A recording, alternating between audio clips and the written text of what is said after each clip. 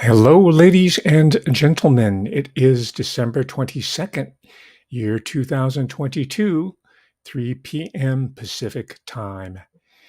This is Professor Hamamoto, and I have for you today, as promised, a return guest, Mr. Leo Zagami. And as I wait for him to come into the show, which was scheduled for today at 3 o'clock, let me briefly describe his background. Many of you know his work, of course, through his marvelous series, Confessions of an Illuminati. And this particular book that I will be talking about today is just an incredible extension of it. A lot of new material here. Anyway, you know him as an eminent author, and some of you have been following his career, even as it goes back to his home country of Italy and his more recent settling here in the United States, in the city of Palm Springs, California, more specifically. And in preparing for this talk today, I find that he has a website. If you look under Leo Young Zagami, I believe it is, you'll see a website banner. It says Les Schule. I'm sorry, I'm mispronouncing it, Les Schule. And that is interesting because it addresses primarily the Italian-speaking audience. And that's the pic that I use in order to illustrate today's talk on YouTube here. And there's an iconology, of course, of the American flag. And to the right, which you can't see unless you look on the website, you will see one of these ships that looks eerily similar to one of the three ships that was came to the so-called New World by Cristoforo Colombo with the Knights Templar insignia on it. Now, Mr. Zagami is in the waiting room, so I don't want to keep him or keep you on tenterhooks here. I just briefly reintroduce you to him, but I have it right here in my hands. It's very difficult to lift because it's 639 marvelous pages. It's a large format book. This is a departure from the previous 7, and I have all 7. And I also have the 2 volumes written by his wife, Mrs. Christy Zagami. So I'm a Zagami follower for sure.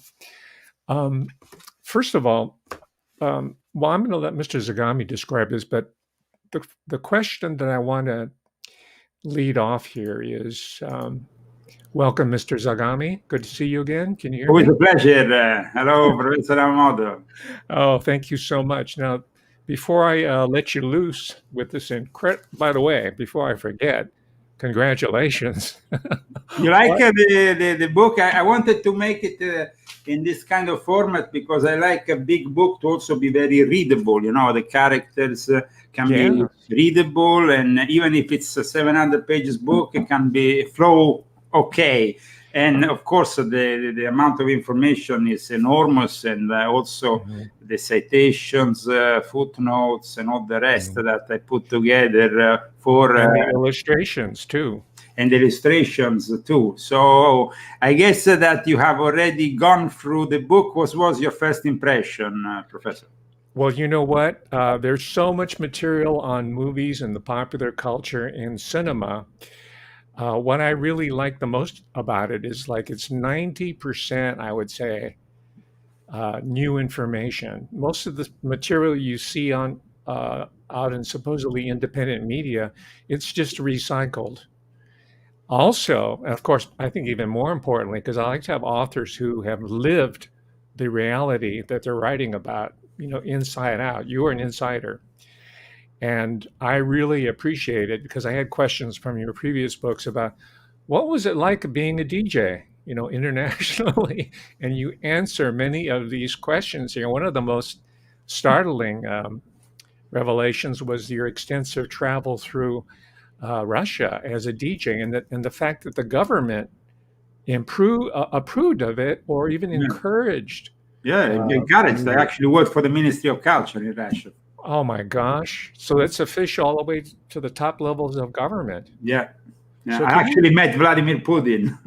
So, you did? Yeah, that was before the night we had at the Bolshoi, which was an incredible evening in a very unusual setting, because of course I was the first DJ ever to play in classical music mecca like the Bolshoi, and at the same time I was together with me there was Billy Cobham, who is an incredible drummer, one of the best in the world.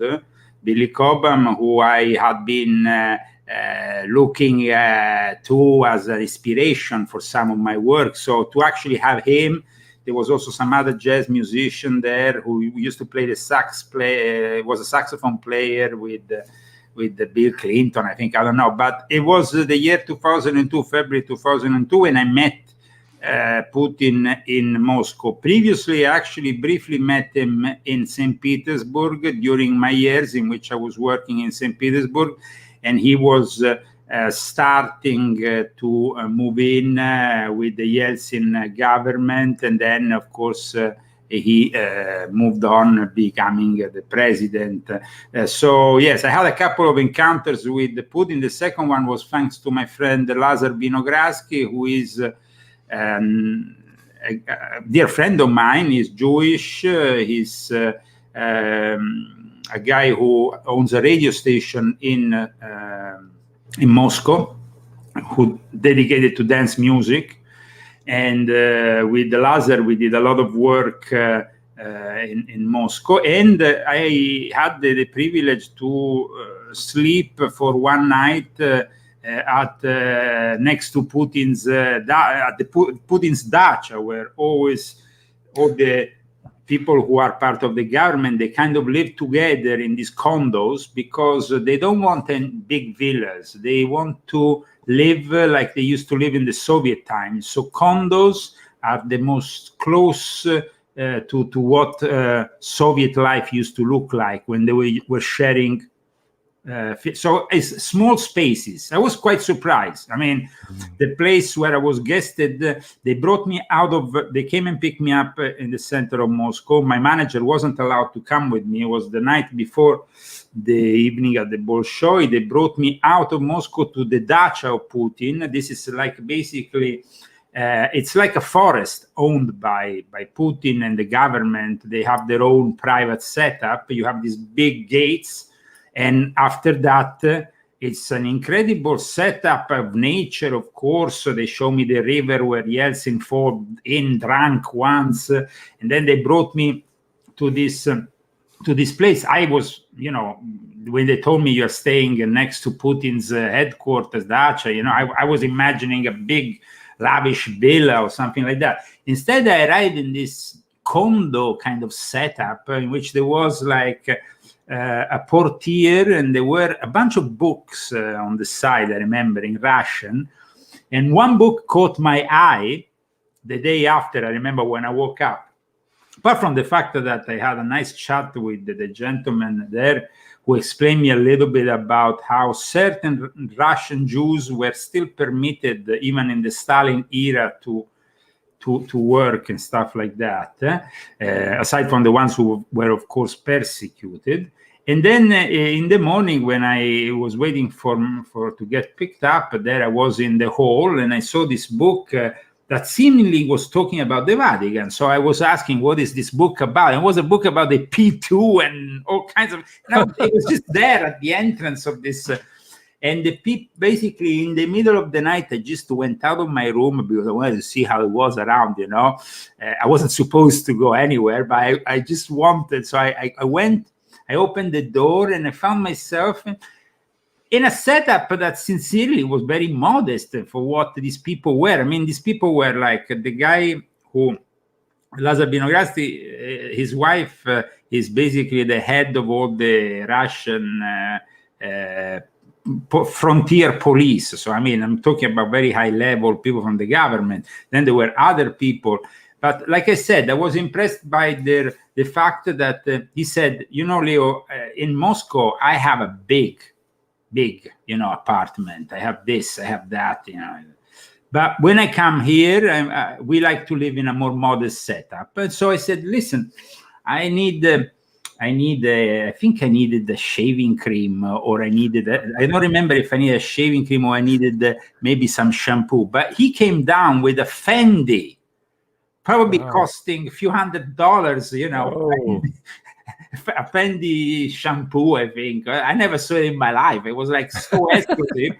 I said, "No, keep it." But I mean, I repeat, the strangeness of it was this wanting to live together in this commune kind of scenario, in these condos, in which instead of living as we live here in the West, where everybody wants their own, you know, little castle of the little thing, you know, Their own Mar-a-Lago. or like in Hollywood, in Beverly Hills, and all these places, you know. So these people, I mean, they were definitely very rich. The guys, these are extremely rich. So it's not because they lacked the money. Just that what I was explaining is they were used to it. They were brought up that way. Just like, for example, another thing I noticed when I was DJing, and I was in St. Petersburg, a city where I started working in 1996, more or less, and I continued to go. And aside from one of the main after-hours clubs I used to work, was actually a nuclear bunker. So every time you go in, it was like you had to go through all these big, thick doors, sealed like this, and I was like, "So, guys, what are we doing here?" And then you go under, and it was a club, and there was actually a DJ booth. It was like a really an unusual kind of situation. And on top of that, in St. Petersburg, there was a period in which I was there very often. And I remember another guy who was very often there was Brian Eno. Eno, great record producer. And they told me that when he was working there, he was working with the set of tarot cards, because everything he was doing was kind of like a little bit magic, a little bit particular. He wasn't doing anything by chance. He was kind of driven by a little bit. You see, in my book, I explain how a lot of artists have given themselves up to the devil or to these entities to achieve more talent. Like Bob Dylan, for example, selling his soul to the devil and openly admitting it. Well, I can say that definitely, or you have John Lennon, who admitted that he was simply receiving some of the text of his songs by in the sleep, just as becoming an open recipient. Before you move away from Eno, what's your take on him? He's a LaSallian, isn't he? He comes out of LaSalle education. Yeah, sure.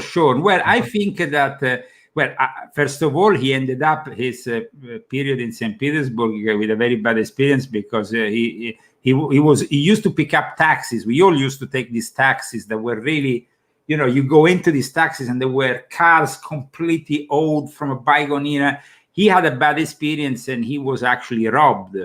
And one of these, and so I think that he ended up then wanting to leave. But my take on him is, like I said, he is somebody who definitely is inspired not only by music as simply music. Music can be something more, like I explained in my book. So he was having an esoteric approach to music. That's it. So I guess aside from his education, he definitely has an approach to music which is very different, and I think also great talent, because the way he does things is very talented.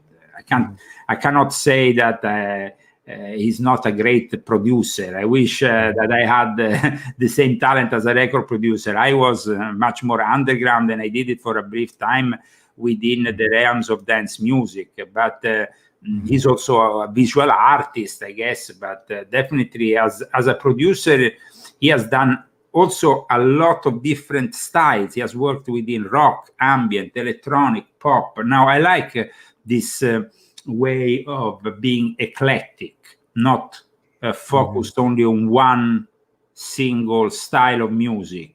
Right. Well, he started with Roxy Music. We soon found out that he's more of a sonic artist in total, right? Yeah, now, but that's what when I was myself a producer, in a record, a record producer and a DJ, I experimented very much, you see. And in fact, from my experimentation came a project that with a guy called Enzo Cosimi. Enzo Cosimi has this dance company, a little bit like Momix. I don't know if you know the kind of style of modern dance, let's say. Momix is more known internationally. They're a big company of dancer, illusionist, with all. But Enzo Cosimi brought me to the Beaubourg in Paris. Because I don't know if you know the Pompidou in Paris. Yes, I've been there. Now, I know this place very well because Brian Geisen, which is one of the people I talk about in this book, used to live right in front of the Pompidou Center. So when I was going there since I was a kid, I remembered always the Pompidou Center. But it was with great honor that for me to actually play there as a DJ. I was the first DJ ever in 1993, I think, or 92 now. I can't remember exactly the year. But I was composing music, electronic music for a dance company that was, of course, doing experimental dance.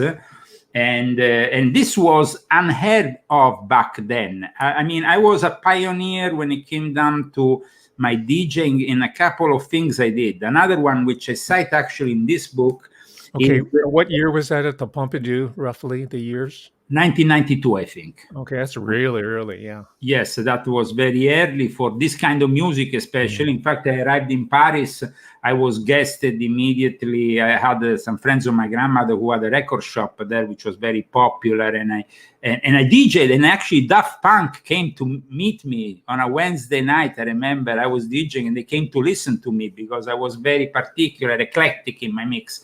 I wasn't playing only one style. I was mixing sounds, elements. I remember some really far out stuff, like two people making love and the sound of Beijing's town square, Tiananmen. I mean, it was just far out stuff. But I composed it together with this Enzo Cosimi, and then we brought it around a few theaters in Italy, in the north of Italy. I remember in Sardinia, in Rome, very important theaters.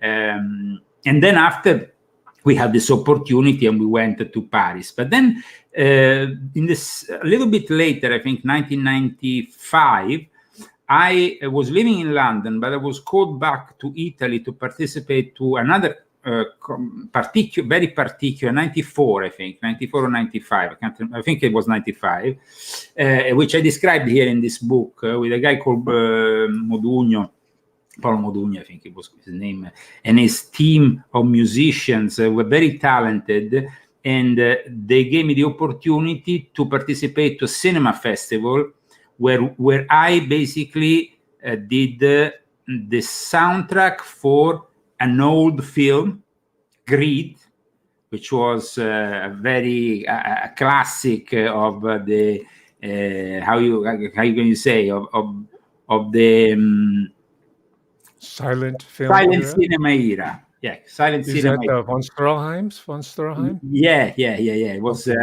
was basically also a very particular film because it was based on the theme of greed. No, it's a 1924 movie. It's a psychological drama in a way, I guess.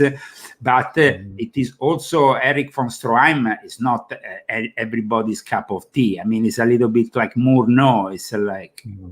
No, it's a very. He later migrated to Hollywood. Yeah, later he migrated to Hollywood. So what happened was this: I worked on this soundtrack with these musicians. We worked in studio for a couple of months, and then I performed it at the Palazzo delle Esposizioni in Rome. I don't know if you ever been in Rome. This is a beautiful museum in the center of Rome, Palazzo delle Esposizioni. It's very beautiful. You ever been in Rome? Oh, yes. Uh-huh. Okay, so you know where it is. It's like in the center, a little bit before there is then like a tunnel. Then you come out and then right. I mean, it's a very famous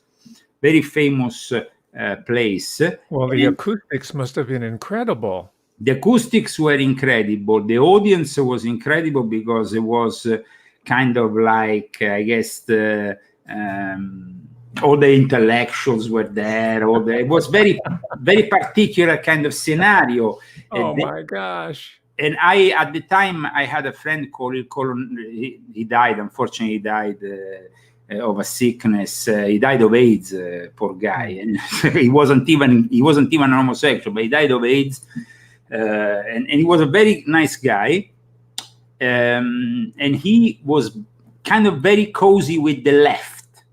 I was, even back then, not a leftist. I was completely anti-left. I was, but these leftist people were kind of understanding of culture above the politics of it all. Alla Gramsci, Antonio.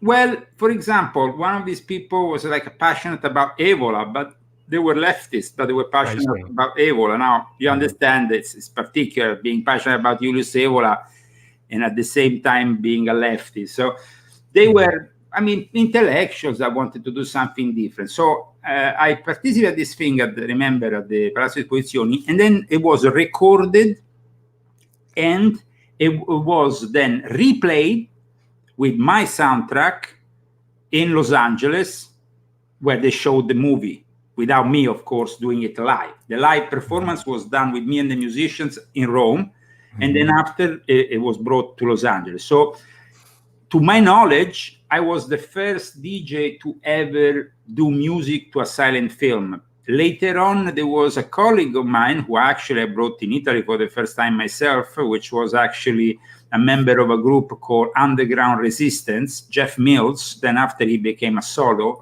artist as Jeff Mills, he did the film Metropolis. Yes, I have that version. He did the film Metropolis, and I was the one who actually brought him to Rome the first time in 1992. We did a New Year's Eve together, me and Jeff Mills, and he's still an old friend. When we manage every now and then to meet by chance in London, it happened the last time. It's always great to meet him. Now, before you leave Italy, I have to ask you about one of your countrymen, who I believe is one of the, for better or worse, one of the top producers of all time in recorded music. Sure. And that's Giorgio Moroder. Of course, Giorgio Moroder cannot be on him. Eh? Did you ever meet Moroder? No, Giorgio Moroder, actually, I was supposed to meet him thanks to a common friend called Claudio Coludo. Unfortunately, he died a couple of years ago. And he did some work with him. He did actually a gig with him. And he wanted to introduce me to him, but I didn't have the opportunity. And so we never really got to get together. I know a lot of his friends. I know a little bit of his history, how he got to become this great producer. And I have a lot of admiration for his work, definitely, because I think that the work that he does in the programming of all the keyboards, especially during the period end of the 70s, early 80s, that was serious stuff. That was serious. People nowadays, they're used to make music just with a laptop, But for me, as a record producer, it was much more challenging to mix organic elements like instruments with electronic instruments, which were not only digital, but also from the analogic past, in which in the 70s you had the instruments like Moog, that you really need to be technical, like Kraftwerk, and understand how to regulate them and work them all out. They don't even go in MIDI. Instruments that don't even go into MIDI. Now, people who are following us will not know what MIDI means. MIDI is basically this thing that came together at the end of the 70s, early 80s, which really revolutionized music, because at that point, all the instruments would be playing in sync, thanks to this MIDI. Right. And of course, I think that the evolution of music has also been the evolution of technology. And it has, of course, created periods in which you will be more fascinated with a sound simply because that sound was available. Let's talk, for example, about all the keyboards coming out of Japan. Akai. all the keyboards that came out of Japan, they are basically revolutionized music in a way. My argument Roland, I'm sorry to interrupt you. My argument is that hip hop and rap are the invention of the Japanese. Now, when it comes to hip hop and rap, well, the Japanese, definitely there's been some very talented people when it comes down to sampling. But like I explain in this book, the history of hip hop, of course, goes all the way back to James Brown and his funky drummer, which really characterized the first beat that you could sample. You see, the Japanese invented hip hop in the sense that without the Akai sampler, you will not have hip hop. True. So Akai is Japanese, and that means that the Japanese have invented the hip hop. Roland, yeah. I mean, that's all. And of course, the big boom boxes, they're all Japanese electronics in the Walkman. Absolutely. When it comes down, for example, to the Roland, I loved certain Juno. There was different Junos that, there was the Juno 61, the Juno 60, and then and each one, had their own way of. And so for me, growing up, there were all these instruments that were particular. There was this TB 303 bass line that you basically, it didn't. Roland. Yeah, Roland. Yeah, it was a Roland this small. And it wasn't even, it was the one, I mean, at least the one I had wasn't even MIDI. You just had to put it on and would be, but I used to listen it with a headphone in my car when I was driving, and I used to make tracks myself when I was driving. I would be like this with the tuning of the,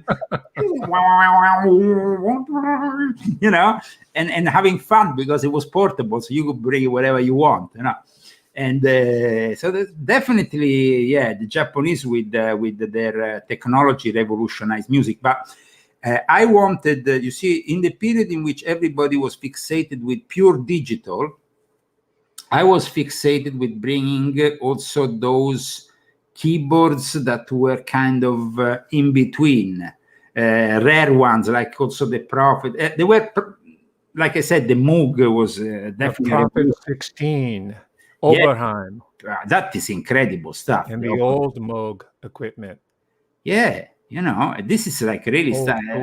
And when I made my first techno record, I couldn't afford them. So what I did, I went to my grandmother, who I dedicate this book to, and I talk about in a whole chapter about my grandmother in this book.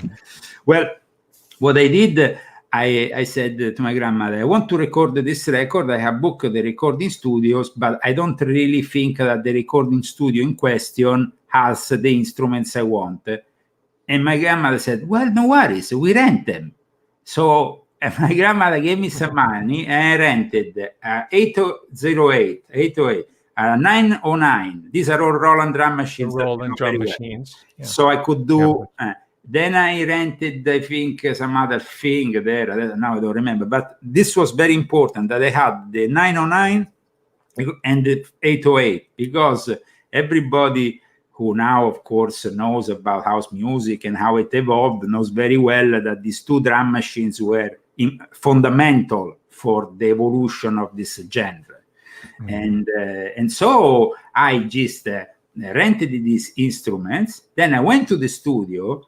And the thing is that these instruments they were already, some of them programmed. They had some programming thing. And I went from one to the other, mixing them up. And then the guy was, it was funny. And the first recording studio, which I recorded in London, was the record studio of the group Madness.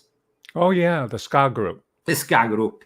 So it happened by chance. I was like, I was very young. I was 18, 19. I just wanted to... I had already recorded my first record in Italy with a gentleman known as Gazebo. I don't know if you remember. I like Chopin. You remember that song? What is it? Sing me the first bar again. I like Chopin. It was called. I like Chopin. It was called. Remember that one? Or it was.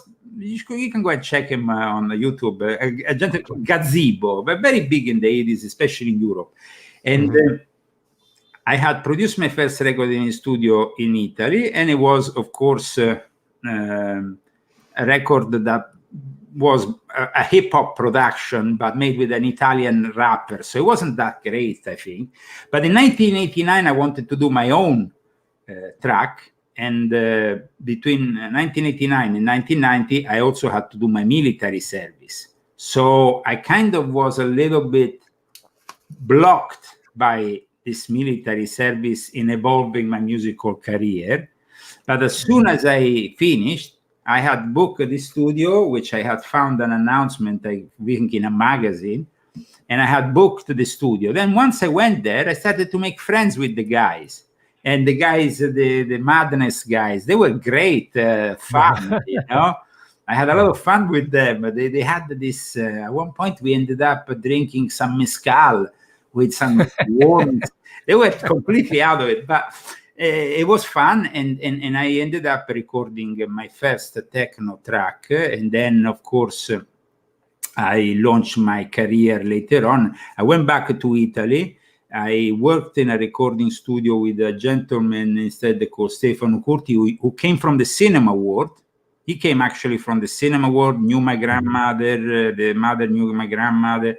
And he himself had been involved in putting out also alternative movies in recent years on DVD. Recent, I mean, maybe 10, 15 years. He brought out in Italy movies like Holy Mountain and other movies on DVD of Jodorowsky. He was good friends with Jodorowsky and stuff. So, wow, El Topo. Yeah. So, I mean, I was lucky to meet people that were not just musicians. They had an intellectual vision of things that was different.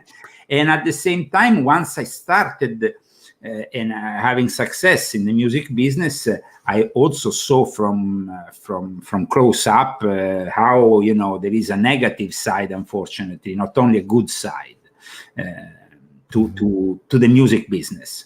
Now, before we leave London, please tell us all about the Pet Shop Boys, that you were also first person involved from the inside out. With EMI too. Yeah, that is that was something that happened really early. I was launching my first radio show, 13. I had just interviewed Brian Geisen. Imagine, I was 13 and my grandmother would bring me with her and I would interview and meet these great people. And I was just a 13-year-old. But I was a 13-year-old with a vision because I guess that I really wanted to do radio. I had asked this priest, who then became a very popular priest, I talk about it in my book, Monsignor Mario Pieracci, to have a radio show when I was only 10. But when I was only 10, they would make me only read the fairy tales for kids because my mother was involved in the radio. They said, Leo, you are too young, but if you serve Mass for 3 years, we're going to give you your radio show. So I had to serve Mass for 3 years, guys, every single Mass possible and imaginable. I did them all. When it was December 1983, I got my first radio show. At age 16? December 1983. And you were only 16 years old? No, 13. Oh, 13, when you got your first radio show. Okay. Yeah, and it was Sunday evening. And from that moment onwards, I went around with my grandmother later on when I had the possibility to meet all her famous friends so I could do some interviews, some things, you know. And Brian Geisen, of course, was a big star. But William Burroughs were big stars, and they attracted a lot the music business. And my grandmother was their public relations. So imagine that. I had access to a world of people like Sting, people like Peter Gabriel, and all these people would kind of knock on the door and want David Bowie. Yeah, David Bowie. All these people wanted to meet my grandmother, wanted to meet Brian Geisen, wanted to meet William Burroughs, So it was like a continuous. So my grandmother was a very particular guy. She had lived in New York most of the time, but she still had a house in London. So she was at times coming to London, and I would spend a lot of time in London. And one day, there was this group, this duo called the Pet Shop Boys, and my grandmother said they're very big fans of Brian Geisen and William Burroughs. They're coming here for dinner. You have to meet them. Maybe you can interview them. I said, well, great. And I still have some photos that I have to find. Maybe if I find them one day, I will send them to you, because it was my first. I was there with my all dressed up and with my recorder, and And I started to do the first interview. But the first interview, actually, they were like, in 1983, they were absolute nobodies, because they had released the first version of Western Girls, like I said in my book. And the first version of Western Girls wasn't a success, was a flop. They had released it with CBS, and they had got a record producer called Bobby O, who was very famous in the kind of high energy, I guess, gay music. High energy was a style. High energy. Bobby Orlando. Bobby Orlando, yes. American. They had done this record with Bobby Orlando, but it flopped. And I believed in this record very much, and I promoted it very much in Italy, and using my contacts at the time, I tried to promote this book. In 1986, I got my first bigger radio show called Babylon, Music of the Future. Oh my gosh. And it wasn't any longer on Catholic radio, but it was actually on socialist radio. I went from Catholic to socialist radio. So I was 16. I started this new radio show, and my grandmother was like continuing to put me in contact. And the Pet Shop, in the meantime, had changed from CBS to EMI. They had basically re-recorded the record, and to take the piece out of in a way to send a coded message to CBS, they had recorded, and you can hear it at the beginning of Western Girls, these noises of girls that scream. It was basically Neil Tennant, who went with the recorder in front of the office where he used to go to CBS, and there were all these screaming fans of George Michael. Ah! You know, like they were kind of like screaming, "Oh, George, we love you," and all that BS. CBS headquarters? Yes, in London. Oh, in London. Okay, in not London. New York. Yes, in London. And basically, there were all these kids, you know, like in girls. And so he recorded, but nobody really knew that. He just recorded it, and then he put it as, it was almost like a coded message to say, CBS, you didn't believe in us. We are going to make it big without you somewhere else. And it was EMI. So Neil Tennant was really nice. They came to lunch, and we celebrated #1, Western Girls arriving to #1 with EMI, with the pasta made by me, because at that point I was making pasta, and you know, I thought if I had to really be successful, I have to make pasta, because people love pasta and they don't know how to make pasta. I can make a good pasta, no? And from a very early age, I started to cook this pasta. Every time my grandmother will have guests around, I will always cook pasta. So the Pet Shop Boys came there, and it was a very particular lunch that we had, very nice. I re-interviewed them, of course. At this point, they told me the various stories of how they left Bobby Orlando, and they, of course, started with EMI. And then Neil Tennant gave me the opportunity to go to the EMI headquarters to get introduced to the big shots there, so I could do interviews. And I was, at that point, still not that famous, because in Italy I was broadcasting, let's say, on a regional radio. I wasn't still big.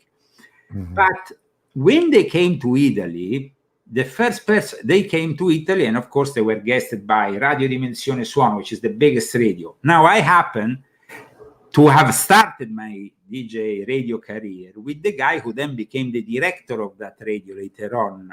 So when the Pet Shop Boys came there, the guy called me and said, I have a friend of yours who wants to talk to you. And they were like, Leo.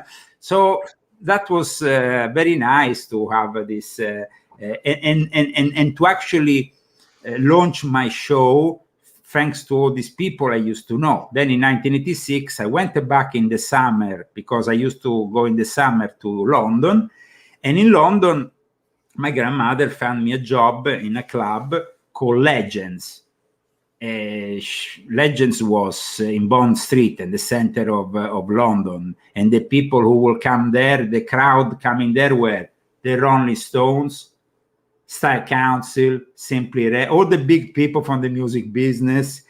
And I started to play house music in 1986, which nobody was playing in London. In London, at that time, in 1986, there was the WAG Club. My friend Jay Strongman, who I now know very well, who lives in LA, he was playing things like funk, old rare groove. This was the kind of sound in London.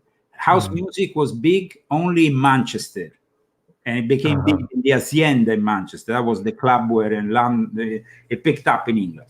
So I started playing this house music. But the crazy thing is that, you know who gave me these house records? Someone from Detroit? No, Genesis P-Orridge. Oh, yeah, from Throbbing Gristle.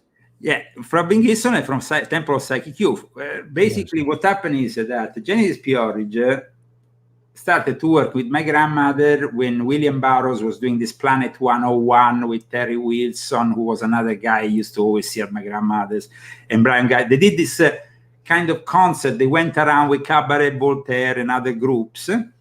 And Genesis P-Orridge used to come to my grandmother and dress up as a woman inside the bathroom and come out and stay in the living room for 3 hours dressed up as a woman. And then he will have after a cup of tea and then he will leave, dressed up as a man. I sincerely, at that time, I thought the whole thing was very bizarre. But of course, knowing my grandmother as an eccentric character, I thought, okay, it's normal because it's another of these eccentric characters. Having said that, when I came to New York the first time in 1982, like I wrote also in my book, the first person I met was Quentin Crisp, who did even a movie with my grandmother and Sting in 1990 called An Alien in New York. You can still find it on YouTube. And then there's The Naked Civil Servant. Well, but have you seen that Alien in New York movie? I have not seen that, no. Check it out. You find it on YouTube. I will. It's a movie. There is my grandmother, Quentin Crisp, and Sting. Your grandmother is in it. She sounds like a she was the main character in it with Quentin Crisp. Oh, my gosh. Best friend. And so there is Sting. So I suggest you definitely check out this movie. And, I will.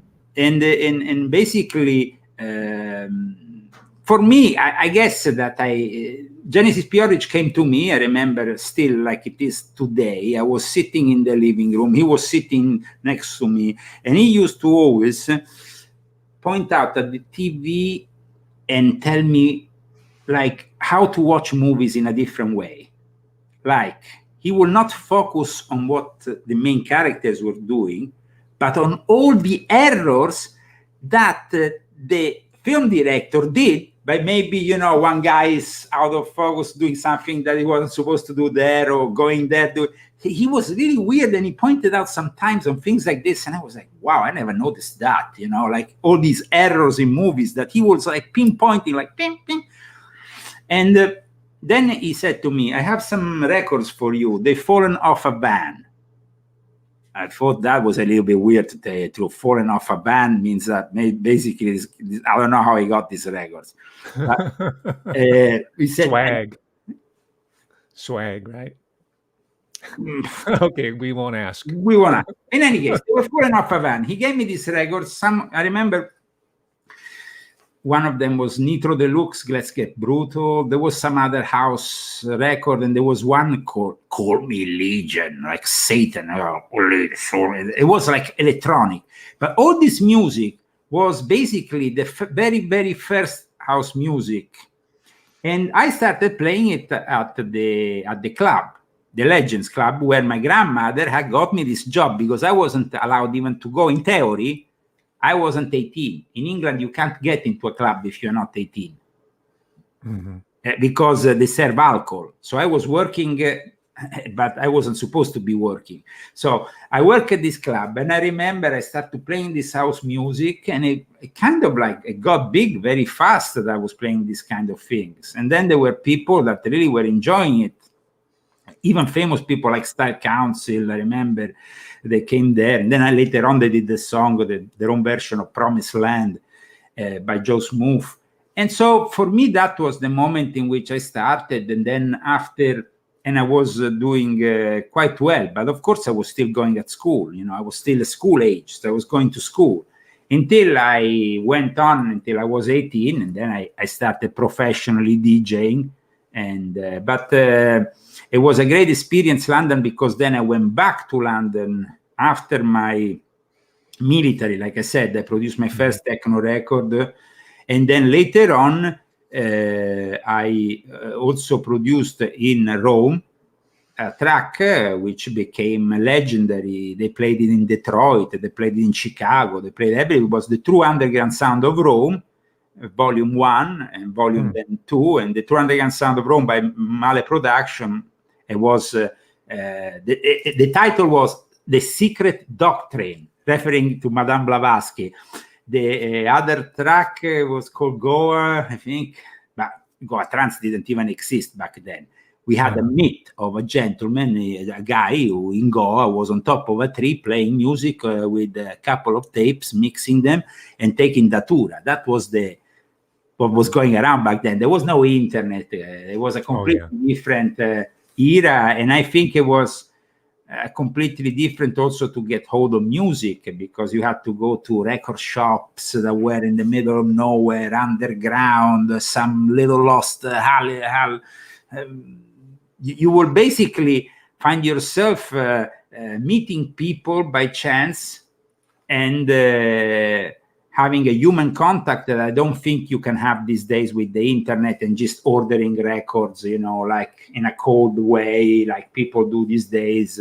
I want this, I want that, I want to listen to this DJ set. You just press on YouTube and you find it, or you go on Spotify or wherever, and SoundCloud, and you find it. And now that is not what we were about. We were about maybe going to a club and having to wait hours and hours to get in, to then listen to a legendary DJ that would maybe change your perception of music forever. That was a different thing. It was like me in 1990 when I saw for the first time Carl Cox with free record decks mixing, and I thought it was incredible and it deserved my attention.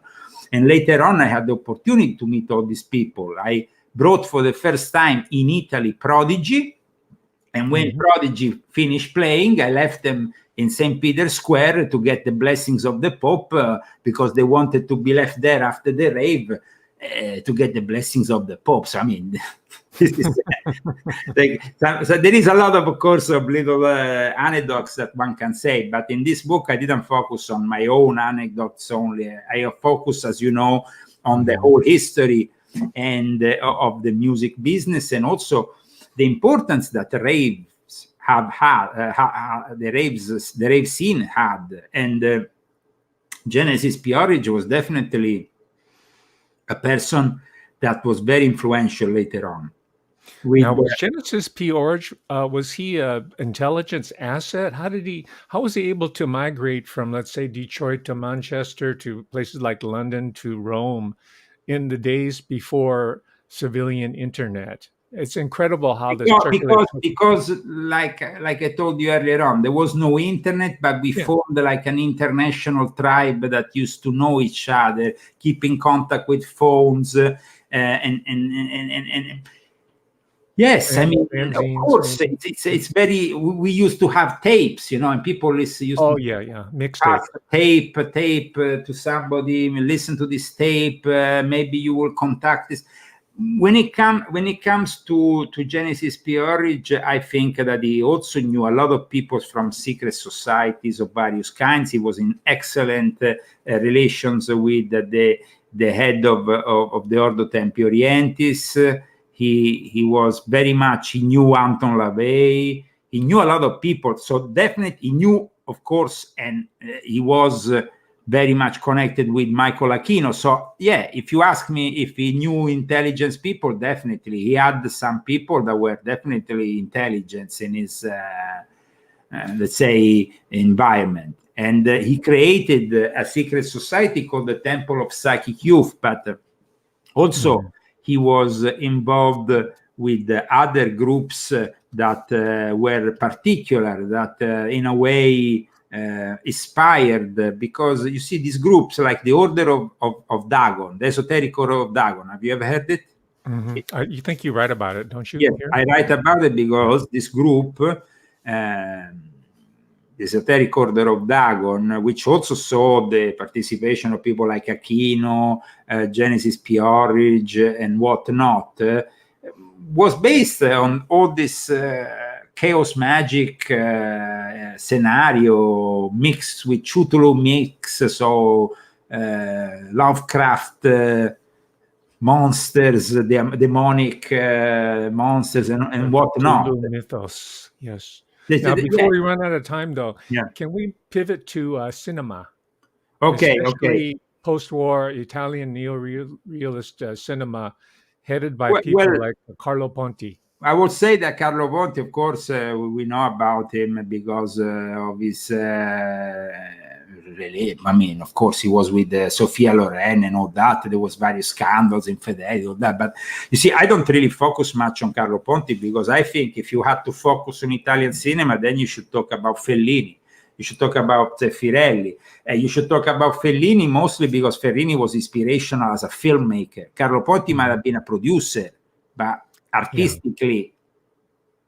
Well, my thesis is that Ponti was the money man through which Gladio funds were channeled. That is another thing. On that we can talk about that because you see, Carlo Ponti in that case is also related directly to Mussolini. Because you have to understand that the sister of Sophia Loren married the son of Mussolini, Romano Mussolini. But Romano Mussolini was also a jazz player, and I talk about in this book about the fact that he played jazz was already viewed as an affront to the establishment because, you know, the conservative establishment would have liked Romano Mussolini to play a more classic, you know. But also there is another thing that maybe people don't know about it, is that there was an order that he was in. I don't know if you ever heard of the order that was founded by Mussolini. Of secret society? Yes. No, please tell. Oh, well, Romano Mussolini became the heir to this order that he I don't know how how much he was interested in working through the legacy of the father and this order, but he became the Grand Master of it because of they kind of bestowed upon him. So this might be an interesting connection. That also brings us to talk about Pasolini, because Pasolini was killed, as you know, by people who probably didn't like the 100 Days of Salo, and a movie which you saw, no? Yes. Well, I've seen them in all the different books of the New Testament. The Gospel according to Mark and whatnot. Yeah. No, Pasolini. Yeah. But Pasolini's last film, that is an affront to fascism in the sense. Salo, I mean, he was doing things in that movie. There is things that are disgusting. Sorry, I mean they are completely degrading for anybody, and to actually portray the fascist in that level of degradation, it was an affront that certain people took very badly in Italy. So, by the way, for the audience, he was murdered by being driven over by an automobile several times. So it was kind of torture death. Yeah. And it wasn't just like, they covered it up by simply saying because he was homosexual that he simply had some kind of, some homosexual kind of, how you say, they had some problems maybe between him and some boy or something. But in reality, it was that nobody cared about this homosexuality. They cared about his politics and cared about especially that film, and also some work that he did exposing also other things in the past. So he was definitely a very particular character, Pasolini, but he was also a prolific journalist, in addition to being a world-class filmmaker. Yes, absolutely. And I think that is the journalist side of things, the way he wanted to expose this conservative Gladio world that was very strong back then, didn't really work out very well. No. I would say, going back instead to Fellini was connected instead to somebody else. He was in a lodge, Fellini, in a very powerful lodge. A lodge which was a lodge of a group called La Terapeutica di Miriam of Kremers. And they were, it wasn't just a Masonic lodge. It wasn't a normal Masonic lodge. It was a group that was dedicated to spiritism and magic, but real magic. And the guy in charge of it was called Gustavo Roll. Have you ever heard of Gustavo Roll? Gustavo, how do you spell his last name? Roll, R-O-L, Gustavo Roll. R-O-L. So their mysticism goes back to Camera Obscura. Well, Gustavo Roll is a guy, was an Italian parapsychologist, painter, artist, but not normal artist. This guy he had the real magical powers. He could literally divide himself in two, in the sense that could like be Byron Geisen, right? Of his time. What's that? No, he was like some of the more contemporary magicians that you've talked about already. Well, no, because I would say that Gustavo Roll, was probably, he died in 1994, so he didn't really die a long time before. Oh, okay. It was quite parallel to Brian Geisen, but it was completely different because Gustavo Roll was a spiritual teacher with a Christian Catholic orientation that had basically powers that were manifesting in front of your eyes. You could see him doing things that were not normal. It was completely paranormal, the whole thing. He was so powerful that Kennedy, when he came in Italy, wanted to see him. Wow. And I hope you'll write more about him. I want to learn more. I had the opportunity with my wife to go and visit one of his later disciples. He died then after in his, and it was incredible because these people they were definitely particular kind of people, and so Fellini and his wife Giulietta, who was also an actress, as you know. Mm-hmm. They were very much into spiritism. In fact, there is also a movie dedicated by Fellini to this subject. Juliet of the Spirits. In fact. and it was in that period that they were working with Gustavo Roll. Very much. Okay? I get so it.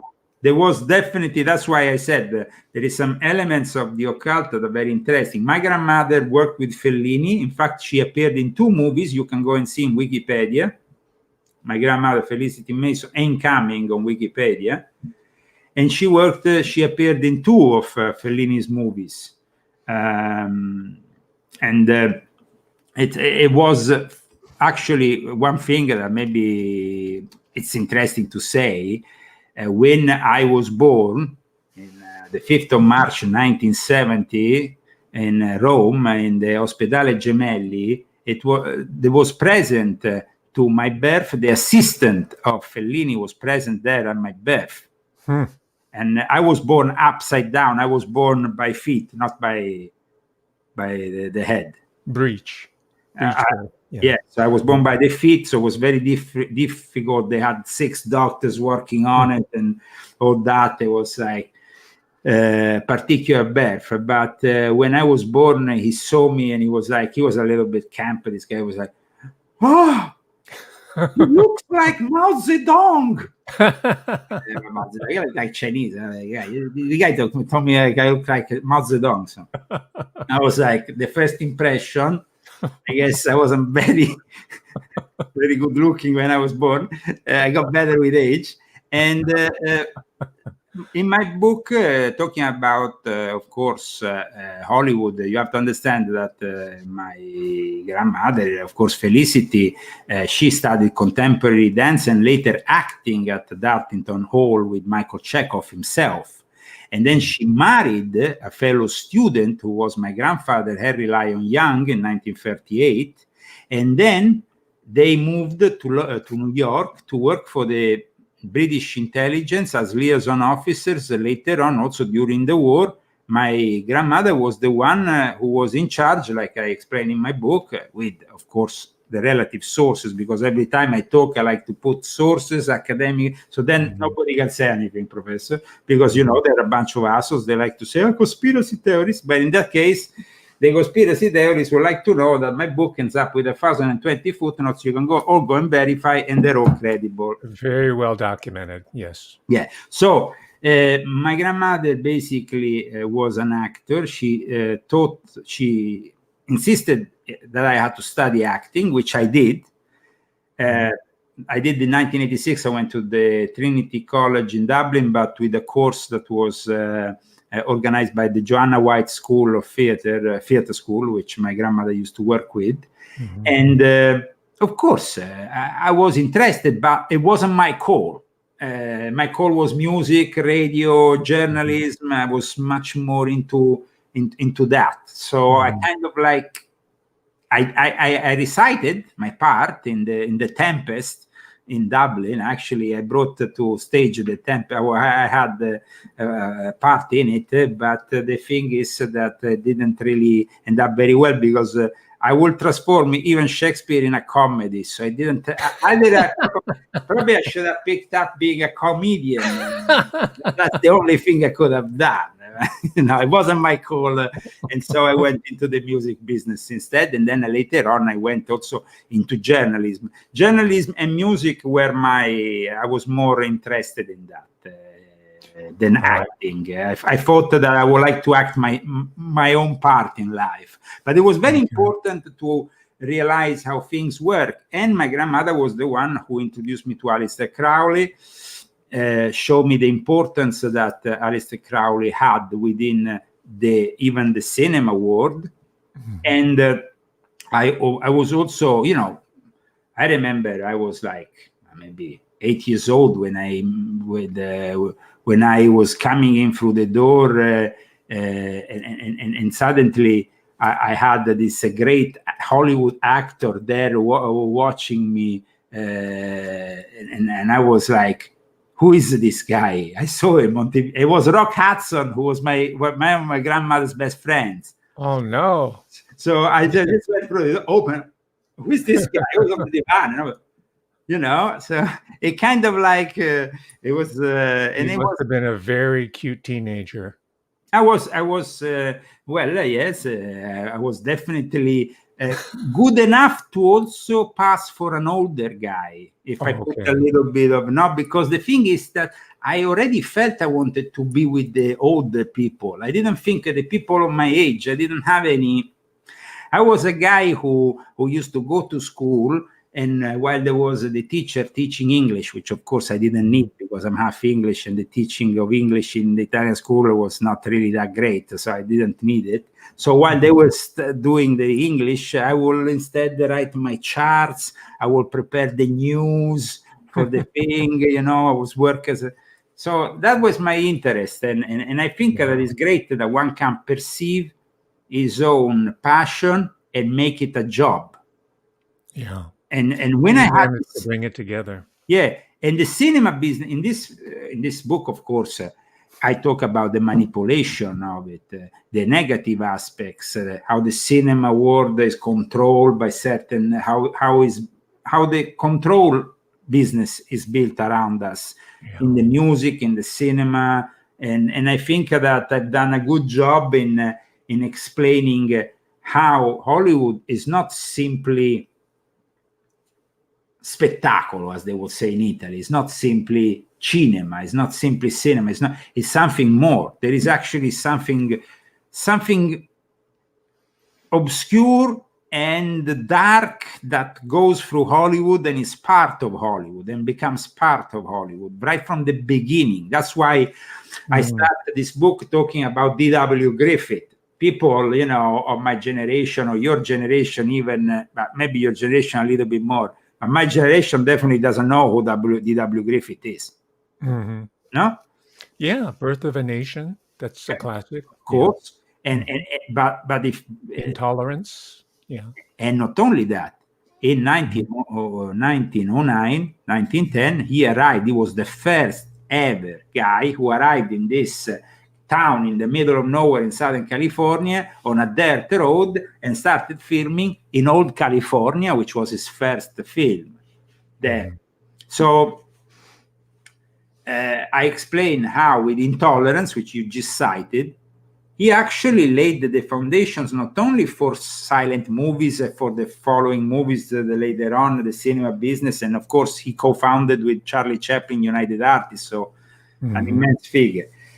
But he laid also the occult foundations of Hollywood, because that Babylon portrayed in Intolerance became much more.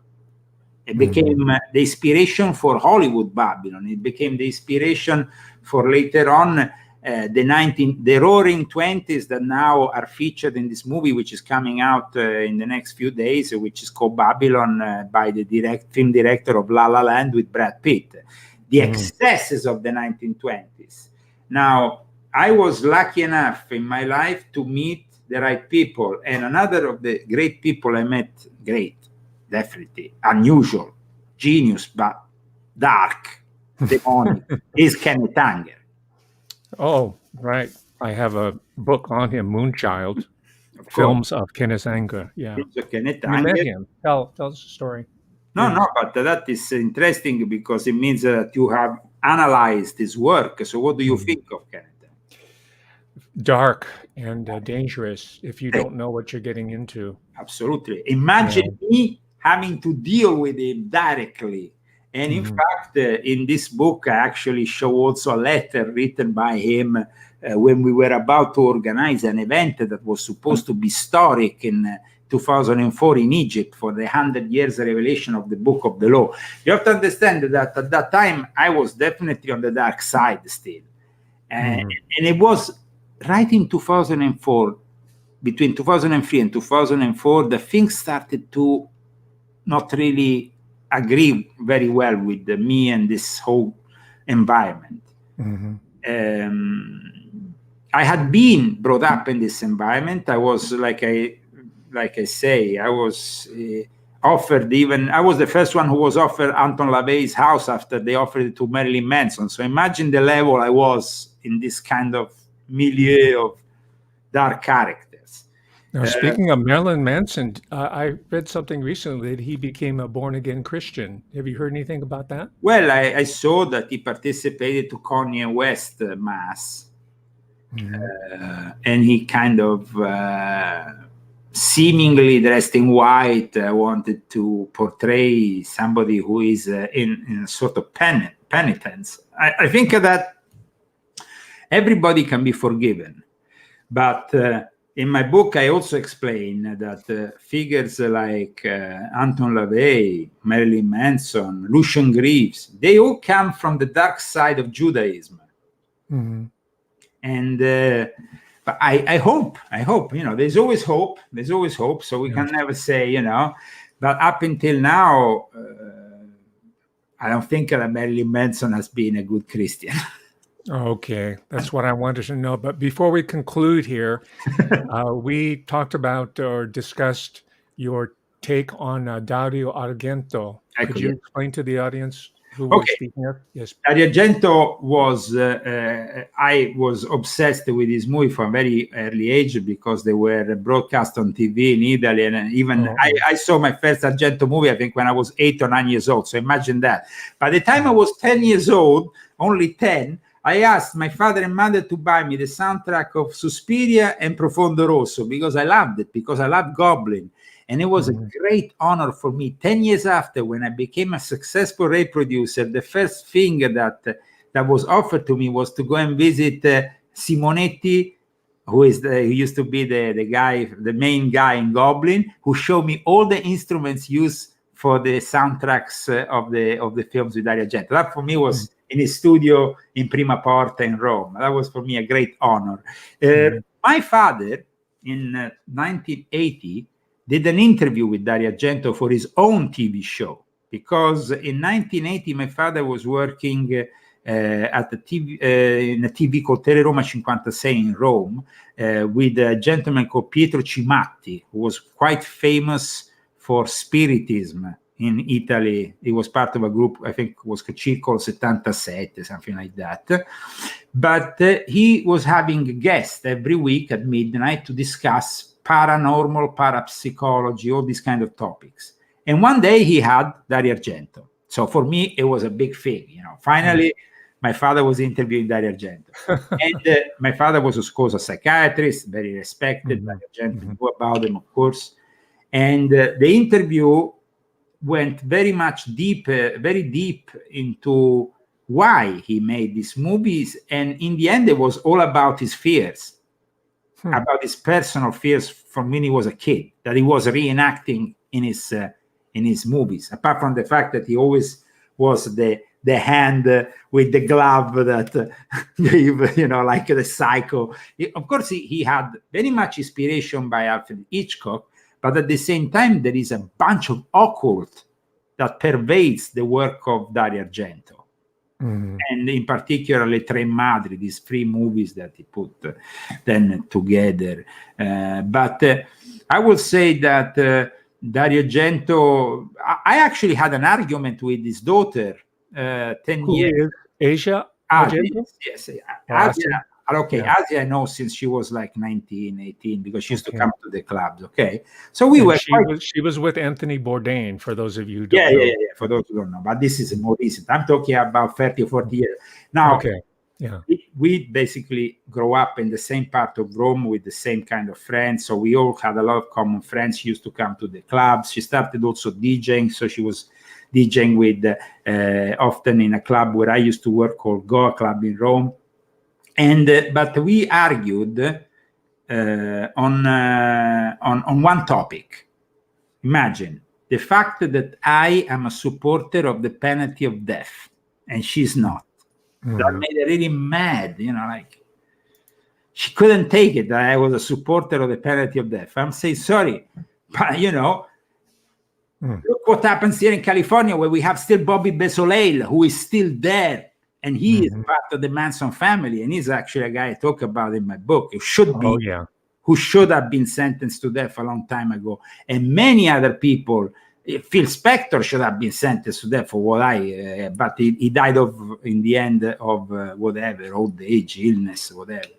So the fact that some states like California don't implement the death penalty for me is wrong. But I mean, everybody can have their own, take on things. But I also argued with Asia about Kenneth Anger, because she's very good friends with Kenneth Anger still, and still was kind of indulging in all that kind of dark scenario. And I was kind of saying, it's not really, I'm not really getting on with Kenneth anymore. I think that, it's not positive, and nothing positive can come out of that environment. In fact, look how Bourdain died. Yes. Sacrificial strangulation. I don't know if it was a sacrificial strangulation of what, but I think it's all part of a very negative karma that those environments have. So then they might end up dead or killed or whatnot, but they kind of like, definitely the guy was surrounded by very negative energies. Yeah. By the way, his father was part of the French Sûreté, who was involved with the Indo-Chinese opium trade, apparently. That's how he got the gig traveling around the world in the guise of a food connoisseur. Yeah. This is one of my talks that I gave earlier. Now, Mr. Zagami, in preparing for this talk today, I found out that you have a wonderful website. And you post current articles, including one on the EU's metaverse flop. So I encourage everybody who's watching. The metaverse, you see, the metaverse, artificial intelligence are subjects that I also discuss in this book, because, of course, this book starts with D.W. Griffith, but arrives all the way till now. It arrives all the way to Leonardo DiCaprio that goes to Davos and bows down to Klaus Schwab. It is a book that, of course, has a lot more than what we discussed today. I'm glad, though, that we focus on the topics that we focused today with you, Professor Hamamoto, because you were capable maybe of bringing out elements that I don't usually discuss. Right. Well, the people who will buy your book in large numbers can find it all here. It's all written here. So I wanted to talk about some of the more, let's say, tangential elements there, but can you give us information on how the audience can further be in touch with your ongoing work? Because you write a lot of books, but you're also doing regular postings, and you have a YouTube channel too. Yeah, well, we try. You know, we've been removed. I've been removed by YouTube 17 times. So, you know, I have a really very much light presence when it comes down to YouTube. I am still present, but compared to what I was, or compared to how many people I should have on my channels, it's quite modest. It's got quite modest. The shadow banning, the removal of the channels from from October 2020, so just when they started with the elections, till now, they remove every single channel I have that gets to 5,000 subscribers. As soon as it gets to 5,000 subscribers, I start receiving strikes. Boom. Oh, okay. Boom. It's like, I mean, if it was only once, it happened only once, it would be a coincidence. But now it's happening 17 times in a row. So I know that every time I get to 5,000 subscribers, I always say to the people who follow me, please subscribe to the emergency channels. So you can still find me, the Leo Zagami Show. You can find me on YouTube, and you can also, of course, find leozagami.com, which is my website with all my latest articles. You can, of course, get the links to my books on my website, but also on Amazon. You just put Leo Zagami Volume 8 and you can easily get it. Some people say, why do you sell only through Amazon? In reality, Amazon gives the possibility also to third parties. I gave this possibility to Amazon. Not every author does, to buy distributions, can buy from Amazon at the cost price, lower price, so they can then resell them themselves. But I don't go through regular distribution because Amazon gives me the possibility to bypass censorship in a country like Italy. In Italy, I can actually reach everybody. And this book was published in 2 languages. Exactly the same book, 700 pages in 2 languages. Now, I will never do it again. It was too much work, Professor. It was like, I mean, there is different rules of citation for each language. There is different rules for this and that. So it's like doing the same book and adapting and making it sound like it's, because you read the book, of course, now you see it's not a translation. It's an adaptation that is fully American in the way it then flows, no? Yes, absolutely. And so it's been an incredible work. I don't think I will ever do it again. I will either write a book in English or in Italian, but 2 together, 700 pages book. It was a 6 months of work, and me and my wife just stayed on the computers and worked day and night. But the result is positive because it's in the chart in Italy, #1 now, film and video. It's been in the chart here. The only thing that I notice is like where in Italy I have a more loyal following that still keeps following me even when they remove the channels and keeps on buying the books and giving the reviews. That's the thing. I think that is it like normal, Professor, that in the English speaking world, the people, they are a little bit lazy in writing reviews for books because they buy use that word. I was going to use that word as well, lazy.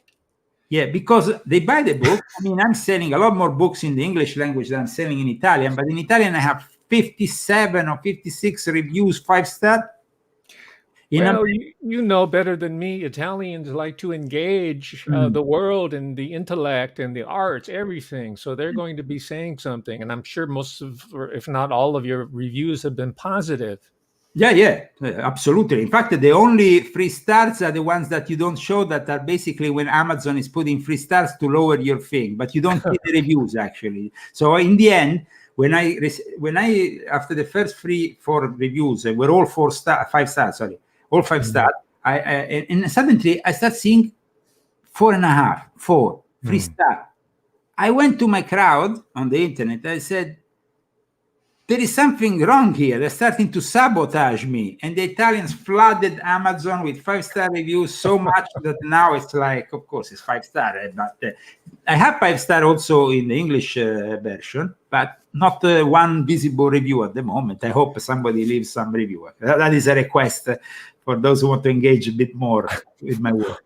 Right after I get off the show, you reminded me I'm going to leave a review, a Thank you 5-star so review of much. Mr. Leo Zagami, and I'm not telling people what to do, but think about doing that as well in the English edition. It's of help. I think that leaving reviews is a great thing. I think it's of help. Absolutely.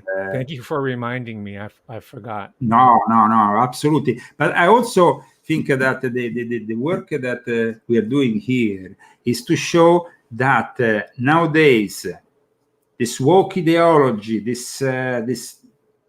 fact that when you send somebody to a university these days, you are basically getting a guy brainwashed left, right, and center. But the brainwashing is not only at the university or in any other high school, is coming from all around you. It's coming from the music they listen in the headphones. It's coming from the videos they see from the internet, from the TV screen. And all this to transform these millennials in people who are passive, and they really are not really living life to the max. Because you see, with my experiences, I showed you definitely, Darrell, that I've been living life to the max from a very young age till now, and I never stopped.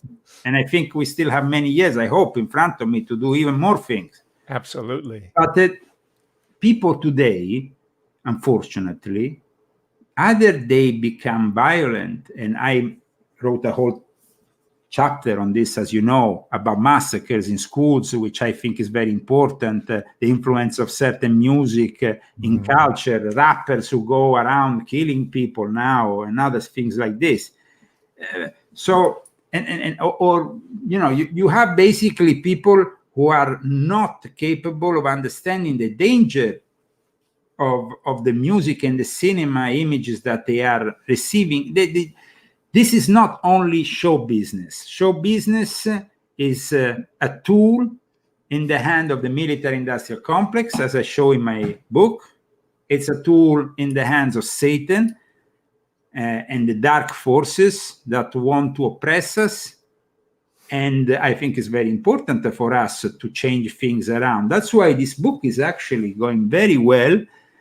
And people telling me, thank you, we're going to get our sons, our daughter to read it. Because this book is addressed also to the younger people that want to shield themselves from a reality which is increasingly manipulated. Do you think that I got to that point? It would be a great honor for me to have your opinion on it. No, yeah. I think this book is definitely transformative, not just for people who are aware of this world, but also for the younger people who are entering into this world that's curated and streamed at them nonstop by just a handful of satanically influenced and guidance multinational corporations. Mr. Leo Zagami, thank you very much. I'll say goodbye to you now. I've been absolutely. I want to say hello to all your audience. And somebody was asking me if I have a kid. Yes, I have a child. One child. Unfortunately, because of the choices I made in my life, I had to give up on him. That was one of the things that we discussed, as you know, in the previous shows. Yes. Thank you so much, Professor, and God bless you, and have a Merry Christmas and a Happy New Year, and I speak to you soon. Yes, Merry Christmas. Have a happy, healthy, and prosperous New Year. Thank you so much. Wish you all the best for your work, for all the research that you're conducting, and your cultural approach that is always so passionate. I think that we need a lot more people like you, and I wish that you could go back into the university world and teach again to save these kids that unfortunately are being brainwashed. But maybe. Okay, thank you very much. We will Good evening, sir. New kind of university. God bless you. God bless. Thank you. Bye-bye. Thank you, ladies and gentlemen. I went over a little bit more than usual, but as you no doubt agree, it was well worth it. Mr. Zagami has been work for a solid half year trying to finish up this book, and we are the beneficiaries of this incredible piece of scholarship here, and first person, as you know, involvement with much of the critique that he lays out there. So that makes this book even more special and precious to us. So thank you very much, ladies and gentlemen. Have a happy holiday or weekend, and I'll be back with you, God willing, on Tuesday. Thank you very much. Bye.